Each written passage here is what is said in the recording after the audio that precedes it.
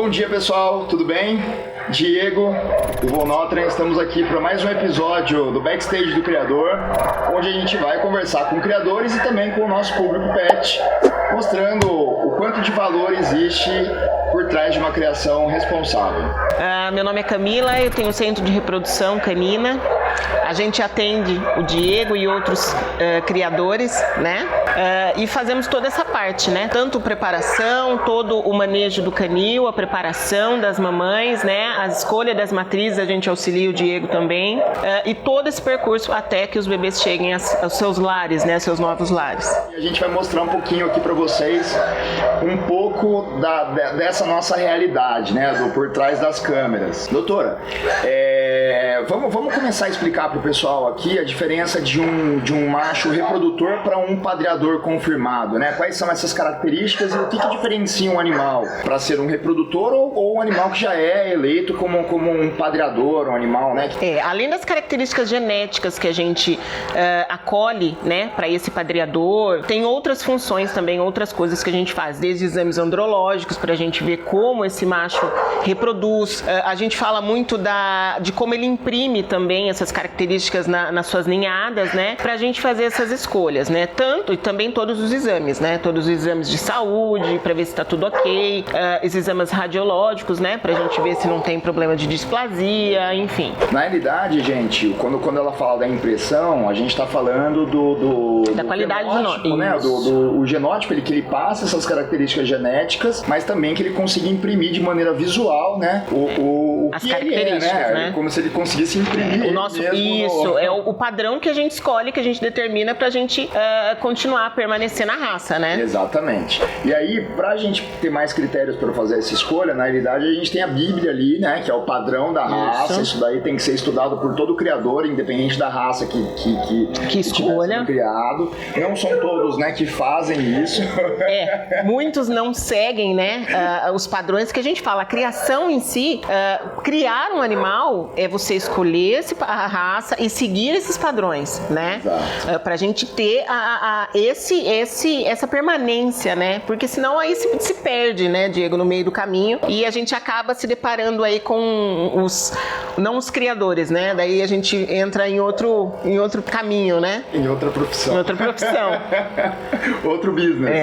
Então, e aí, gente, a gente tem, na realidade, a criação como uma preservação das raças que a gente cria. Cada raça tem essa função. Uma tipicidade, né? Então, por exemplo, aqui a gente cria os amistaphs e cria os bullies. A gente não pode esperar que em cruzamentos de amistaphs, né, a gente tenham cães que sejam muito fortes, porque aí, na realidade, eles vão deixar de ser amistaphs, mesmo se a gente cruzar entre amistaphs, né, tem indivíduos que vão sair mais baixos, mais parrudinhos, né? Inclusive foi assim que foi nascendo o bully, né? Então, assim, é muito importante a gente conseguir manter a tipicidade da raça, tá?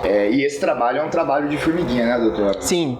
É um trabalho que não é dessa ninhada para ninhada do ano seguinte. É trabalho de anos, né? Alguns criadores estão aí há 10 anos para qualificar certinho uma raça. Exato. A gente tem cruzamentos aqui que a gente tá, por exemplo, até da Beatriz com o touro, que a gente fez inseminação lá, é uma cria que a gente tá esperando para selecionar algumas fêmeas para preparar pro Dom Roquito, que é o macho que você vai conhecer daqui a pouco, inclusive. Então, assim, gente, quando a gente fala de padrão da raça, etc., a gente tem uma série de características ali a ser seguidas. Cara, movimentação, né, doutora? Movimentação, respiração, o ângulo do animal, né? Tudo isso é um conjunto, Exato. Né? A gente fala que é um conjunto da obra que vai dar o bom fruto que a gente espera. Exato. E na realidade, o padrão da raça, na minha concepção, ele existe para trazer saúde para o animal, para gerar o bem-estar do animal também, né? Sim, então... a gente quer animais que tenham uma boa vida, uma longevidade também, né? Exato. Não só padrão, né? Mas é um ser vivo, né? É um animal. Exato. Então a gente tem que seguir essa qualidade também. Exato. Por isso que é importante, né? Por mais que a gente atue hoje de maneira predominante no mercado pet, a gente entrega esses animais para pessoas que são famílias, que não são entusiastas muitas vezes da raça, são pessoas que estão tendo o primeiro contato da raça com a gente, né? Mas é importantíssimo a gente entregar esses exemplares que estão dentro do padrão, porque a família vai ter um animal que dificilmente vai dar algum tipo de problema de uma displasia ou qualquer outro problema que pode ser relacionado por uma genética. De ordem genética. Muito bem selecionada, enfim. E aí, gente, ainda só pra gente fechar essa questão da seleção, né, da matriz do padreador, muitas vezes a gente escolhe um macho, né, ou até mesmo a fêmea, pra gente corrigir as características um do outro, como se eles forem se complementar. E aí, no caso, voltando pro bom padreador é aquele cão que consegue, né, realmente imprimir essas características nas suas... e fazer as corretivas que a gente espera, né? Exato. E, inclusive, até mencionando, né, o touro, quantas inseminações você já fez? Nossa! Né? Ó, o touro em 2019, o Paulo que me corrija, eu acho que foi cerca de 40, se eu não me engano, a gente parou de contar em 42 inseminações. 42 inseminações. Bem exato. De 2018 a 2019. Caramba. E depois, né? Eu acho que a gente já perdeu a conta de quantos filhotes a gente tem nele. Vou mandar um oi aí pro Paulo, né, meu? Grande amigo e parceiro de criação. Parceiro nosso. Obrigado também, Paulo, por nos apresentar. O famoso Orlandinho. Então, e aí o touro, né? Quanto que esse cão ele foi colocado à prova em relação, né, a diversos tipos de fenótipos de cadela, até que ele fosse reconhecido aqui no Brasil como um bom padreador, né? E o touro, a gente estudou tudo do touro, né? Sim. A gente estudou toda a característica dele genética, toda a parte de movimentação do touro, de respiração, toda a característica dele também pessoal, assim, né? É um cão extremamente dócil, que é o que a gente espera da raça, né? Brinca com criança, ele tá em todos os ambientes, ele fica muito tranquilo, não é um cão agitado, é um cão correto, extremamente correto. E também imprime muito bem as características dele, que a gente gosta muito. A gente eu já vi vários cães dele, já acabei fazendo a parte reprodutiva de várias filhas do touro. E assim, a impressão de tudo que a gente espera tá ali. Sim. Passa 100%, muito volume, passa muito osso, muito né? volume, tudo que a gente gosta, né? Sim. Não é um cão muito baixo, é um cão razoável, respiração boa, movimentação boa, então é tudo que a gente espera tá ali. Só que a gente também fez muito trabalho, eu e o Paulo, nele, né? Além de ser um cão 10, né? A gente tá sempre de olho, fazendo espermogramas, fazendo exames pra ver se tá tudo, mas assim, é um cão que nunca nos deu trabalho. A parte de saúde do touro também é uma parte muito forte. É um touro. Legal. É um touro. Bom, gente, então, ó, a gente nem começou ainda o bate-papo, mas para vocês entenderem como que funciona, né, a seleção de um macho, de uma fêmea, e o porquê, né, que um cão ele é considerado um padreador ou apenas um reprodutor. Não significa que todo padreador, na realidade, ele começa, né, a carreira dele ali como um reprodutor. Sim. E aí depois, né, que foi confirmado, foi comprovado, com ele sendo colocado à prova, colocando com diversos tipos, né, e fenótipos de cadelas, aí a gente passa ter uma noção, né? E aí é aquela coisa, que nem a doutora falou, é um trabalho de anos, né? Pô, pra você atestar que o cachorro é um bom padreador, é um animal, um American Bully, doutora, quanto tempo demora geralmente pra ele atingir a maturidade dele, pra ele ser considerado um cão adulto, que já terminou de desenvolver? O desenvolvimento deles, a gente sempre prioriza 1 ano, 5 anos, 7 meses pro desenvolvimento. Sim. Mesmo assim, a gente não tem o desenvolvimento muscular e ósseo ainda 100% completo. A gente espera mais ou menos uns 2 anos. Mas os exames, todo esse trabalho, a gente começa a partir dos 11 meses. Legal. A gente já começa a trabalhar. Legal. O touro hoje, falando do touro hoje, a gente já tem sêmen do touro congelado, a gente já guardou a genética do touro. Então, esse trabalho também a gente gosta muito de fazer, principalmente nos cães mais jovens, né? Não, isso é espetacular. Porque isso a gente tem que... O que é bom, a gente tem que guardar. Sim. E deve ter muita gente, né? Acho que a grande maioria das pessoas não sabe, né, que existe essa possibilidade. Sim, né? Muitas pessoas procuram a gente quando os cães já estão muito velhos, 7 anos, 8 anos, então a gente não vai ter a qualidade que a gente espera na coleta e na conservação desse sêmen, como se fosse um cão de 3 anos, né, 4 anos. Então a gente sempre está instruindo também os proprietários, né, dos canis a estar selecionando esses cães e já guardando essa genética, a gente fazendo esse trabalho e já guardando essa genética. Legal. Aproveitando o gancho da doutora aqui sobre a questão do congelamento de esperma, explica um pouquinho pra gente como que funciona esse processo, qual é a quantia, né, que precisa ser coletado e guardado, e quantas vezes, né, um criador ele pode esperar que aquilo lá possa ser descongelado, congelado? Isso a gente fala muito, Diego, que é muito da avaliação de cada cão, isso é muito particular. A gente não consegue falar quantos, às vezes o proprietário fala, Camila, quanto eu vou conseguir inseminar com esse cão, com esse ejaculado? Tudo isso vai de um exame andrológico, a gente faz toda a qualificação desse sêmen, vê o que serve, o que não serve, faz o processo de congelamento, a gente sempre tem uma porção que a gente já faz o descongelamento para apresentar para o cliente, pra gente ver, porque às vezes o cão tem um excelente sêmen, mas o sêmen dele na hora de descongelar não fica lá 100% como a gente aguarda, espera, né? Então tudo isso é avaliado. A partir dessa avaliação a gente faz o congelamento, faz todo o processo de congelamento que dura aí um dia pra gente fazer. Hidrogênio?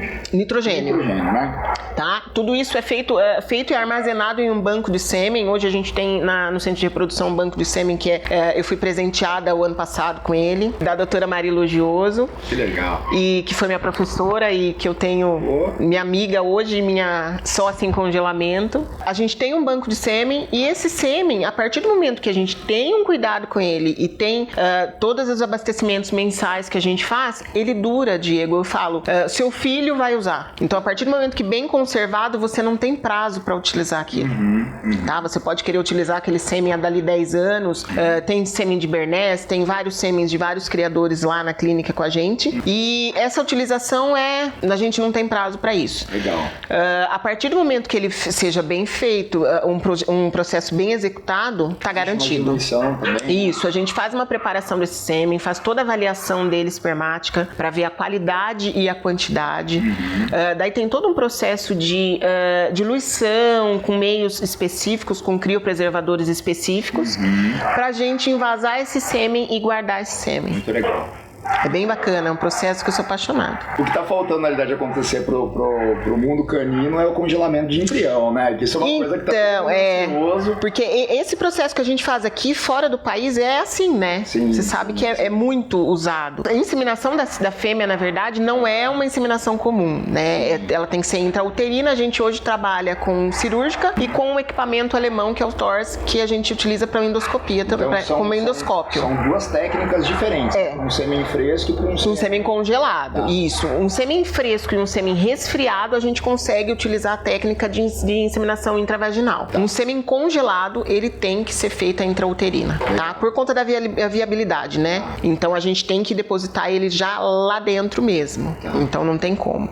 E isso funciona também para, aproveitando o norte do sêmen aqui, sobre a coleta e envio também de sêmen para envio doméstico e também envio internacional, né? Para envio internacional, Diego, a gente tem ainda algumas barreiras, tanto para enviar quanto para receber. Infelizmente, né? Esse sêmen equino é muito mais prático, muito mais fácil. O sêmen canino, o material biológico canino ainda está um pouco difícil. Né? Mas a gente tem ainda uns meios que a gente consegue. O mais fácil, na realidade, pro brasileiro que quer pegar uma cobertura de fora, ainda é levar a cadela. Sim, levar a cadela e fazer. É isso que eu indico, trazer de volta. O resfriado a gente consegue mandar para o Brasil todo, né? Hoje a gente tem a gente fala, é bem bacana, eu gosto de falar bastante isso para todo mundo e para você também, eu falo. A gente tem uma rede, né, de veterinários que a gente conhece, que trabalham com reprodução, então eu consigo assistir o Diego em Santa Catarina, no Recife. Então eu tenho uma rede de pessoas que trabalham da mesma forma que eu sei que podem receber o sêmen no Diego lá, vão trabalhar de forma correta, porque também manter a qualidade, vai manter a qualidade, porque isso é bastante importante. Às vezes a gente manda sêmen, eu sempre falo quem vai receber esse sêmen, como vai ser feito, né? Porque às vezes a pessoa que vai mexer, vai manipular esse sêmen não sabe fazer isso, né? Ou não tem tanta destreza para isso, mesmo sendo veterinário. Então a gente procura fazer isso. Tem muita coisa dentro da veterinária, né? São segmentos completamente diferentes. Completamente diferentes. Eu falo que as especialidades, eu trabalho com reprodução, né? Que você sabe, obstetrícia e neonatologia. A gente ajuda muitos amigos, muitos colegas de profissão, porque fica fora, né? Eu brinco que cada um no seu quadrado mesmo, porque ali o bicho pega. Sim. Né? Tem que saber mexer. Bom, Bom, vamos falar um pouquinho sobre a cadela. A gente escolheu o macho, escolheu a fêmea. Como que a gente tem que preparar essa fêmea?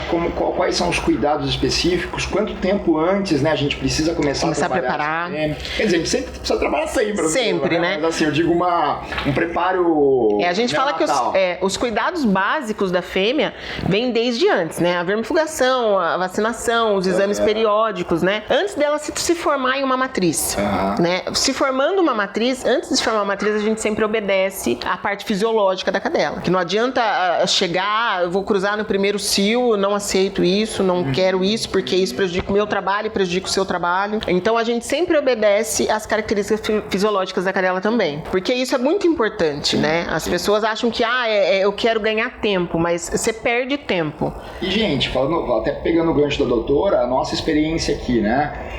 Nós já tivemos cadelas não, né? Mas uma ou outra ali que acabou cruzando de maneira acidental um segundo cio, por exemplo, né? Ela não é uma cadela tão neném assim, mas é uma bebezona, é uma adolescente. E deu tudo certo, graças a Deus, por sorte, né? Durante a gestação, no parto, tudo mais, mas é a dificuldade que a gente teve ela enquanto mãe, né? Porque a cadela ainda ela é uma tá imatura, criança, né? Tá imatura, então assim, realmente às vezes o criador ele tem um pouco de pressa, só que acaba comendo bola, porque vai ter o dobro do trabalho ali para manejar aqueles filhotes. O dobro de trabalho. Às vezes tem muita gente que chega para mim e fala assim, eu não quero mais essa cadela como matriz, porque ela me dá pouco filhote. Me dá pouco filhote. A gente, não falando da parte, né? Me deu um filhote só, 2 filhotes só, doutora, mas daí a gente começa a estudar, porque a função nossa de reprodução não é só reproduzir. A gente tem que trabalhar, eu sempre trabalho, como eu falo para você, para eu ter um histórico daquele animal, porque eu trabalho com problema reprodutivo também. Então eu preciso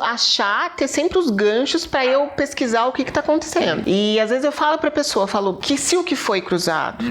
Foi no segundo cio ou foi no primeiro cio. Segundo cio eu não vou falar para você que às vezes a gente não tem que obedecer essa ordem e não cruzar no terceiro cio, mas sim no segundo. Mas tudo isso tem uma preparação maluca por trás, né? A gente faz exame de ultrassonografia pra gente ver como tá o útero, o ovário dessa cadela, se não tem cisto ovariano. A gente faz todo o trabalho de exames de brucelose, para ver se essa cadela, porque às vezes as cadelas vêm de fora. A gente faz todo um trabalho aí, porque isso pode ser transmitido, passado pros bebês. É mesmo uma leishmaniose que pode ser incubada, uma leixe, que hoje em dia tá tão disseminada, né? Sim. Aí você vai e coloca o macho para uma monta natural e o cachorro acaba se contaminando também, né? Sim. Isso acontece bastante. Então a gente tem que fazer isso, todo esse trabalho antes. Né? A preparação da cadela para ver se ela pode fazer isso, se ela pode receber. É como a gente fala que é como, Diego, um ser humano hoje. Exato, sim. Né? As pessoas não têm ideia de que a gente trabalha por trás. Sim. Toda a preparação que a gente tem na mulher, a gente tem na cadela também. Sim. Toda a parte de suplementação, para ela ter uma boa lactação, para ela não se desgastar tanto pós-parto. A partir daí, a gente vê se essa cadela está preparada para reprodução ou não. Daí a gente começa o trabalho de inseminação. Então, na realidade, é um trabalho em parceria com o criador, né? O criador precisa também fazer a parte dele. Precisa fazer a parte dele, ser sincero com a gente, obedecer tudo que a gente fala. Ao mesmo tempo, a gente ouve muito, eu ouço muito vocês, porque eu falo que a prática é muito diferente, né, da parte técnica. Então, tem coisas que funcionam para o Diego, que não vai funcionar para outro criador, que funciona na estrutura dele aqui, que não funciona na de outro. Toda a parte sanitária também é feita, que isso é muito importante, né, que previne muitas coisas. Então, tudo isso é um trabalho em conjunto. E aí a gente fez a inseminação na fêmea. Quais são os próximos passos em relação ao acompanhamento, decisão? Eu acho que é bacana a gente falar um pouquinho sobre a decisão de escolha de um parto assistido para uma cesárea. Como que isso se dá, doutora? Isso se dá, Diego, hoje eu penso muito, quando as pessoas me perguntam também em questão de parto, que isso é uma questão, para mim hoje não é complicada, mas eu trabalho com outros veterinários que às vezes assistem essa pessoa e vêm me procurar só para a parte reprodutiva. Então a gente tem que pesquisar e trabalhar muito em relação a isso. Eu sempre busco, inseminou a cadela, a gente faz a parte de inseminação, a gente tem todos esses cuidados pós-inseminação, lá você vê, mesmo tem outros lugares também que eu vou até, que é feita a inseminação no local, no canil, a gente procura seguir os mesmos padrões de higienização, esterilização, ambiente climatizado, tudo certo para que não corra risco essa cadela, porque muitos casos acontecem pra gente da famosa piometra, que ninguém sabe de onde veio. Esse e é a gente dos criadores, na verdade, né? E pode acontecer também com as pessoas que... Sim, que seguem tudo certinho. Não só os criadores, né? Ah, sim. Isso sim. Isso é uma... E na maioria das vezes é silencioso, né? Você só vai descobrir depois. Às vezes acham que tá prenha e a gente vai fazer ultrassom, não é prenheza, é uma piometra. Sim. E a gente faz todo esse caminho. Muitas vezes a piometra pode ser ocasionada também por uma inseminação mal feita. Sim, sim. Por isso que a gente fala de tudo esterilizado, tudo muito certinho. A gente insemina essa cadela, a gente faz todo um protocolo atrás dele, né, que a gente passa sempre, um protocolo atrás para que essa cadela, a gente minimize o máximo possível qualquer intercorrência e a gente vai acompanhando. Com 30 dias a gente geralmente já faz a primeira ultrassonografia, que a gente faz a confirmação de gestação para ver se tá tudo bem, se esse útero tá ok, quantas vesículas tem pra gente.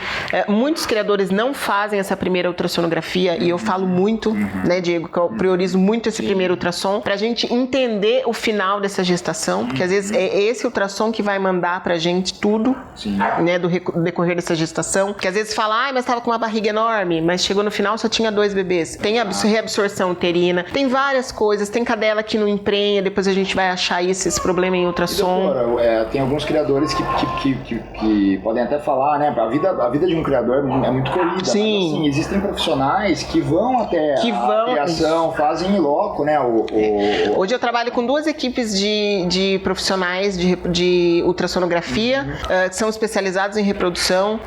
Uma equipe é mais na clínica, a outra vai na clínica, mas também tem maior disponibilidade para mim para atingir os canis.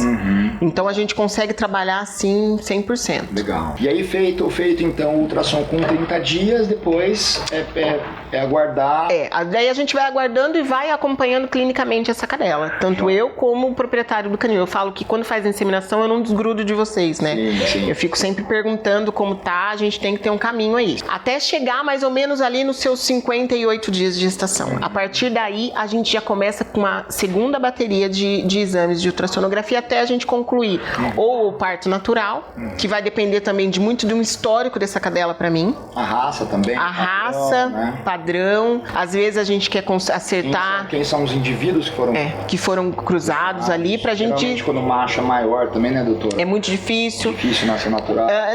Em bullies a gente sabe que é muito difícil a gente conseguir ter eu falo que a audácia de pastor de parto normal, né? Que assim, gente, pra vocês entenderem, o bully, ele é meio um alienígena, assim, né? Quando uma profissional de ultrassom, ela precisa entender um pouco da raça, porque senão, quando vai fazer os cálculos ali pra falar quantos dias tava... Tá com 68 dias. O cachorro tá com 50, vai falar que tá com... Porque o tamanho, né, a medição é feita pelo tamanho das medidas, né? O biômetro biparietal, que a gente fala, que é o tamanho do crânio, né? Sim. E a gente sempre faz uma contagem ali, que é uma tabela que eles seguem normalmente.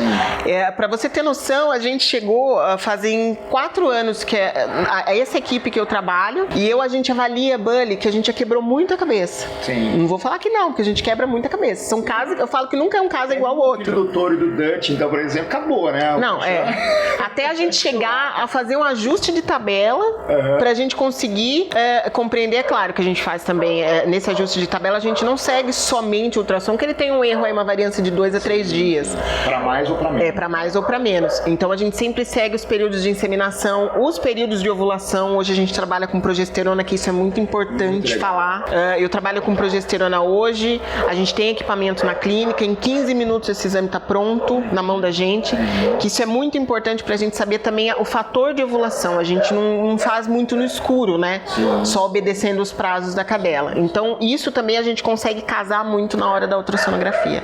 E nesse final de ultrassom que você veio me falar sobre parto normal ou cesárea, aí a gente vai ver o tamanho desses crânios, o tamanho de dilatação que essa cadela já tem. Histórico da cadela também. Histórico da cadela, não só dela, como foi o parto dela. E também, até, muitas vezes, até o histórico da mãe. Sim, não, é da mãe da cadela. Isso. Que a gente eu sempre falo nas escolhas das matrizes que a gente acabou passando, eu sempre peço pro proprietário dar uma olhada. Quantos bebês vieram, como foi esse parto dessa mãe. Se foi uma boa mãe. Se foi uma boa mãe, que as características genéticas passam olha muito. Fantástico, gente. Isso acontece mesmo. Sim. Geralmente, boas mães vão ter filhas que são boas mães e mães ruins vão ter filhos que são mães ruins. Não é uma regra, mas a gente obedece muito isso. Mas assim, eu acho que tem mais probabilidade de acontecer do que de não acontecer essa regra, né? E daí a gente chega nesse período, né? Nesse período que eu sempre peço para o pessoal começar a avaliar lá junto comigo. Muitos sabem, o Diego deixa as cadelas comigo. As cadelas gestantes ficam, tanto para reprodução como gestantes, ficam dentro da minha casa comigo, acompanhando 24 horas, pra gente ter todo esse caminho e não errar, né? A gente fala que um dia a mais e um dia a menos é muito prejudicial para eles. E a parte emocional da cadela também. Sim, conta muito. Ela não pode passar por isso. É que nem uma mãe. É uma princesa. É uma mãe. Não pode passar estresse, não pode nem pensar em querer brigar com outro cachorro. Senão né? É vida de princesa, assistindo televisão e com muito carinho, é isso aí. E daí a gente vai decidir, Diego, a partir do momento desses parâmetros de ultrassom, o histórico dessa cadela, a gente faz uma junção para saber se existe a possibilidade de um parto normal. Alguns clientes que optam, que às vezes falam para mim, doutora, mas não, eu não quero cesárea, porque assim, hoje em dia a cesárea é muito mistificada também. Fácil parto é uma coisa assim muito rápida. As cadelas saem andando, é tudo muito tranquilo, né? Antigamente falavam-se de cesárea, falava, nossa, a cachorra vai ficar destruída. Não. Muito pelo contrário, às vezes. Mas, doutora, isso ressaltando, até por experiências próprias nossas, né? Fazendo uma cesárea com um bom profissional. Sim. Um veterinário, muitas vezes, que faz milhares de castrações, não necessariamente vai trabalha com reprodução. Um obstetra, um bom obstetra. Cesárea, são paradas completamente diferentes. São coisas distintas. Então, pessoal, falando sobre custos, falando sobre bons profissionais e profissionais medianos, profissionais ruins, né? Isso a gente tem em todas as profissões, todas as áreas. Todos os lugares. Todos os lugares. Não economize no profissional que você vai eleger para fazer a cesárea, o parto da sua fêmea. Não economize, porque na maioria das vezes, né? Às vezes você pode acabar dando sorte, mas na maioria das vezes o barato acaba saindo caro, tá? Então, porque tem todo um ponto aí, né, Diego? Sim. Não é só o procedimento, é o cuidado com o bebê nessa cesárea, é o cuidado com a mãe, né? Exatamente. Que não adianta você... Não é só fazer, né? Não é só fazer. Tem um acompanhamento depois, né? Por trás da... E no momento da cesariana também, o profissional tem que saber como funciona um parto, saber como funciona uma anestesia para filhotes, que tudo isso passa para os bebês, né? Como funciona a anestesia para determinadas raças. Eu acabei fazendo um curso de anestesia para isso, né? Porque para mim era um pouco difícil profissionais de anestesia onde eu tô. E eu acabei fazendo um curso de anestesia para eu conseguir me direcionar para determinadas raças, como os bullies, por exemplo. Os bracocefálicos têm uma característica diferente na hora da obstetrícia. Então eu acabei me especializando nessa parte para eu conseguir atender melhor meu cliente também. Até falando sobre a anestesia ela tem anestesia inalatória e tem anestesia... A gente fala isso, que a gente fala da dissociativa, né? A gente hoje tem a dissociativa, tem inalatória, que a gente usa o Propofol. Hoje eu muito pouco uso ela, hoje eu uso muito ativa, que é uma outra característica de anestesia que eu acho que comporta os bracos muito bem, leva os bebês muito melhor. Isso também acaba entrando na composição do custo, né? Sim. Hoje a gente usa ventilação e ativa, né? Mas tem várias coisas que a gente usa. Às vezes o cara ele vai no mais barato, aí vai usar a anestesia a mais barata, básica, e aí o cachorro vai nascer ali. Às vezes a gente escuta de minha cadela demorou busco amanhã, doutora, porque a minha outra cadela, quando fez, voltou da anestesia no outro dia. Nossa. Não, sai daqui andando. Sai daqui 2 horas depois do parto, você tá dando tchau pra mim e tá indo embora. Eles também não demoram pra chorar. Não demoram pra... Eu falo que hoje eu não consigo tirar foto, que o pessoal tira foto bonitinha, todo mundo... Sim. Então, assim, a característica da anestesia manda muito. Sim. Né? Porque tá todo mundo já nasce chorando, já nasce como se estivesse em parto normal mesmo. Bonito é a zona mesmo. É a bagunça. A gente quer ver o nego chorando. Eu sempre brinco com a Laís, às vezes a gente vê umas fotos assim, um monte de... Enfileirado indo dar pânico. Meu, parece que tá todo mundo, cara, pelo amor de Deus, não tirem essas fotos. Eu não consigo, graças a Deus, tirar. Espero que você nunca consiga. São essas características que envolvem, né, Sim, Diego? E muitas mães que... a gente escuta muito de mães que morrem no parto, né? E isso é muito triste, porque a gente associa, né? A gente quer um parto, quer os bebês pra agregar, né? Não pra perder ninguém. E, gente, vocês pensam, né? Às vezes, pelo volume de cães que um criador tem e tudo mais, que a gente não se apega aos bichos, cara. Nossa. A gente se apega demais.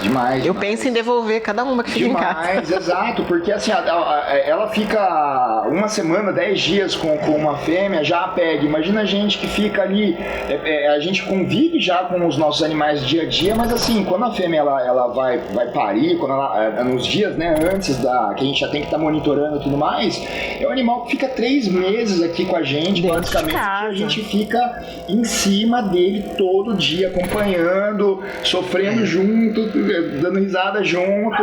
Então, assim, não pense, né, que a criação é algo impessoal. A criação feita da maneira errada é impessoal, com certeza. E o nego não tá nem aí pra bosta. Mas a criação, né? Isso é muito importante. É a questão do valor, né, do preço do valor.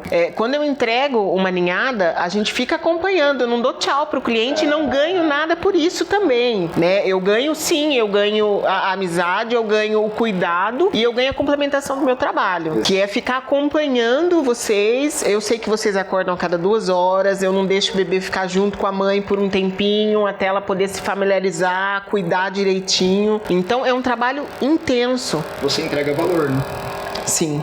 Gente, ó, aproveitando o gancho aqui da doutora Camila, isso acho que é muito importante, né? E eu acho que, doutora, a gente falando sobre isso, a gente não tá falando sobre a criação, a gente não tá falando sobre só a veterinária, a gente tá falando sobre tudo que você faz hoje com entrega de serviço. Então, assim, nós que somos prestadores de serviço, eu acho que a criação aqui, por mais que a gente venda filhotes, eu não vejo o Von Notrand como um comércio de um varejista. Enfim, eu vejo a gente como prestadores de serviço, porque o nosso trabalho, né, não é só a gente criar os cães, selecionar, fazer tudo aquilo lá que eu falei pra você. E entregar. Que é o que um bom criador tem que fazer como obrigação, né? E entregar. A gente faz uma venda consultiva, depois a gente faz exatamente isso que você falou que faz. A gente acompanha os nossos clientes, pessoal que é nossos clientes aqui que estão assistindo, né? Vocês sabem o jeito que a gente trabalha. Pode ser daqui 1 ano, 2, 3 anos, eles mandam mensagem pra gente para o que a gente tá fazendo pra ajudar, entendeu? Então, na hora da pessoa escolher e precificar, né, seja um serviço veterinário, seja a escolha de um filhote, ou até mesmo seja uma prestação de serviço em qualquer área diferente, tente observar isso, gente, entendeu? O que esse profissional ele vai entregar em sua... de maneira geral, porque assim, o mesmo veterinário que vai fazer a cesárea, não é tudo cesárea. Um veterinário, ele pode usar a cesárea ou com a anestesia mais baratinha que tem, ele não vai te acompanhar semanas antes, então, é você que vai ter que dar na sorte lá, da hora de levar ou não levar, entendeu? Às vezes a cadela vai ficar dormindo um dia e os filhotes, talvez você ainda perca filhotes, né? A anestesia se não for feita se não for feita de maneira correta, em tempo correto. Se os bebezinhos não mamarem o colostro na hora correta ali, é uma série de fatores. E aí depois ainda tem, por exemplo, o acompanhamento da doutora Camila, que vai se estender durante dias ali, muitas vezes, com certeza devem ter criadores que mandam mensagem pra ela, tirando dúvida de desmame, entendeu? Então, assim... De tudo, a gente tem... Eu falo que a gente estabelece uma relação, né, Diego? Sim. Estabelece uma amizade, uma relação, porque a gente não consegue desprender daquilo. Exato. Né? Eu não consigo fazer uma entrega de uma mãe e não saber... Às vezes são de outra cidade, não saber se chegaram. Eu sempre falo, na hora que chegar, me avisa, você chegou, né? E eu vou acompanhando. A minha família sabe, muitas vezes vezes eu tô com... Meu marido chega de final de semana, ele fala, de quem é esse agora? Sempre tem cachorro em casa. Sim. E a gente sempre, às vezes, não consegue cuidar, traz aqui que eu cuido, traz aqui que a gente resolve. Resolvo de longe, tem clientes meus que estão muito longe. Isso daí é fazer algo com amor, né? Sempre fazer o que gosta, né, Diego? Isso faz parte que daí a gente não né? Quando a gente, eu acho que deve ter vários amigos e pessoas que são não só profissionais da área da saúde veterinária, mas assim, quando a gente percebe que uma pessoa faz aquilo lá porque gosta, com amor e com tesão, é diferente. Ela vai ser um bom profissional, vai ser um profissional foda, que vai entregar mais do que ele precisa, né? Sim. Então, assim, na hora de vocês decidirem por uma prestação de serviço, independente do que for, gente, tenta pesar isso, entendeu? Não existe mágica, né, doutora? Não existe milagre. Procurem, eu sempre falo pro pessoal, eu tenho várias pessoas, pergunta pra fulano, pergunta pra ciclano, né? Eu não forço nada com ninguém, mas busque informações, porque sempre vão falar de bons profissionais, sempre vão falar de profissionais que não foram tão bons assim. Exato. E isso vai agregar muito. Exatamente. E dificilmente você vai encontrar qualidade em alguma coisa, muita qualidade extrema em alguma coisa, e isso vai custar baratinho, entendeu? Sim. A conta não fecha. Entendeu? Porque a gente se dedica. Exatamente. Eu brinco com o pessoal, às vezes, eu falo assim, gente, porque tem lá o fulano de tal que é X e vocês que é Y. Eu falo assim, cara, tem celular, por exemplo, de tanto, e tem celular o mais top lá. Os dois atendem a chamada, né? Mas o resto não pode ser que eu faça. Exatamente. Na veterinária, na criação, isso não é diferente. Não existe milagre, tá? Assim, tem conta, às vezes, que não fecha. Não fecha. Então, não espere que você vá conseguir comprar um cachorro fantástico, que seja filho de pais importados ou de avós importados, que tenha um trabalho sério, que você vai conseguir ter todo um resguardo por trás do criador, que vai acompanhar o seu cão durante a vida inteira por, sei lá, R$2.000, R$2.500, entendeu? Antes de tudo, tenha consciência disso e assim, escolha o que você quer, entendeu? Se você não se importa com esse fator qualidade, vá buscar pelo preço. Eu sempre falo, busque pelo preço, mas também não patrocine coisas ruins. Exatamente. Né? Porque isso buscar por preço, também você está patrocinando algo que às vezes, eu não vou dizer, não vamos generalizar, mas às vezes você está incentivando uma coisa que não é o correto, né? Então vá conhecer, busque conhecer. Se esse preço está tão diferente, por que é isso?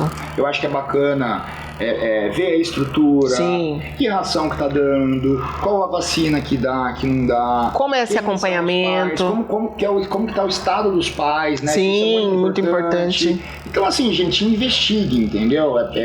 Isso perde valor. Né? Aí o Pedrão falou, você busca preço, você acaba perdendo valor. Na realidade, tem muita gente que acha que tá levando uma vantagem quando vai lá e consegue comprar. Porque eu comprei uma Amistad, paguei 2 e paguei R$1.500 aqui, eu dei muita sorte. Aí o animal cresce.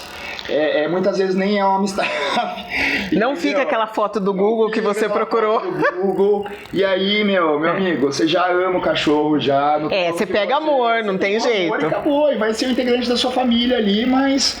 E o gasto que você vai ter com ele, pelo fato de você amar ele, vai ser o mesmo que você teria com um belíssimo exemplar. Sim. Então, assim, tudo na vida são escolhas. Faça a sua escolha da forma certa. E patrocínio que é certo. E patrocínio que é certo, encoraje que é certo. Foi muito legal, né, doutora? Muito bom, nossa. Muito show. E o que vocês precisarem, o Diego tá aí, me dá um toque também. Maravilha. Sabe que você pode contar. Maravilha. E a gente tá junto aí. Fechou. Eu espero que pra vocês tenha sido tão gostoso quanto foi pra gente aqui. Inclusive, a gente aqui teve que ter uma pausinha na gravação. A gente tava conversando aqui, a gente vai fazer mais conteúdo pra vocês, tá? Isso aqui é só... Vai rolar muita coisa boa ainda. Fechou. Doutora, brigadão, viu? Obrigada a você, Diego.